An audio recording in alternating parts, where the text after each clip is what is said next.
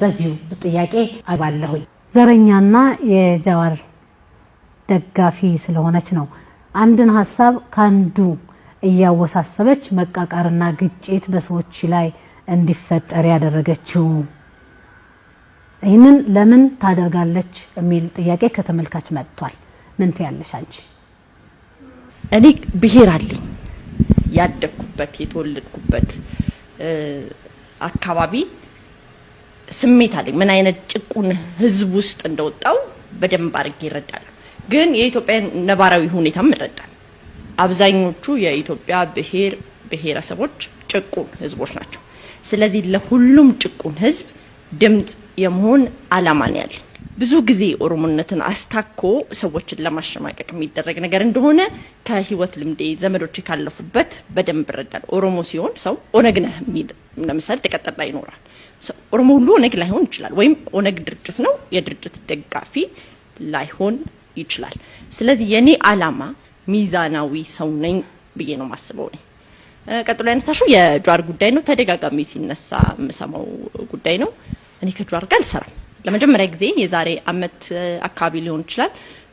ከጃዋር ጋር የመጀመሪያውን ቃል ለመጠይቅ ሳረግ ያኔ እሱ አክቲቪስት ሆኖ በቪዲዮቹ አውቃለሁ አግኝቼው አላውቅም በአካል አላውቅም በቃ ምን ተዋወቅ ሰው አይደለም ስለዚህ ጥያቄዎችን እንግዳ ሳረጋው ጥያቄዎችን ስሰራ ከጃዋር ጋር ለመሄድ አንድ ጥያቄ ያዘጋጀው መስቀለኛ ጥያቄ እሱ ማለት ነው ቁልፍ ጥያቄ ነው ብዬ ያሰብኩትን አንድ ጥያቄ ቤት ያዘጋጀው ተደምራል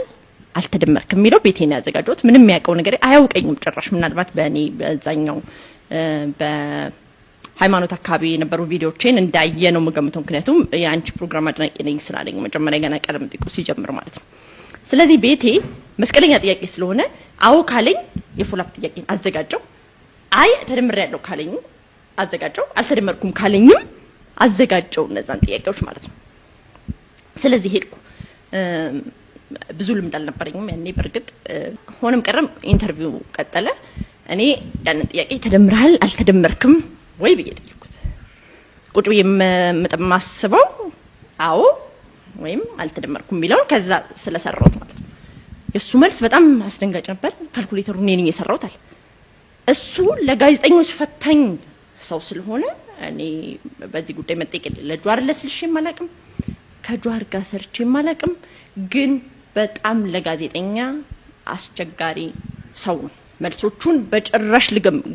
ያልገመትኩ ስለሆነ እኔ በሱ ቦታ ደነገጥኩ ማለት ነው ተመስገን ጠይቆት ስለሚያውቅ በደንብ እሱ የሚረዳ ይመስለኛል ግን ደግሞ በጣም ሲሪየስ ጥያቄዎችን የጠየቅኩት እንደ ጃዋር ሲዳማ ክልል የመሆን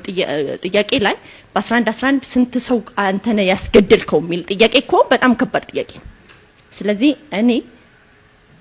ጃዋርንም እናቴንም ባይዞይ እናቴ የኔ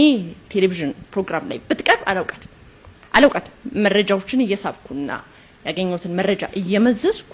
እሷን ከመጠየቅ አልመለስም ይሄ የኔ ቁርጠኝነት ነው ፕሮግራሞቼ በሙሉ ወደ ሚዛን ቢመጡና ቢቀመጡ ፕሮግራሞቼ ይሄንን ነው የሚፈርዱት ራሴን የምረዳው በዛ መንገድ አንዱ አስተያየት ሰጪ እንግዲህ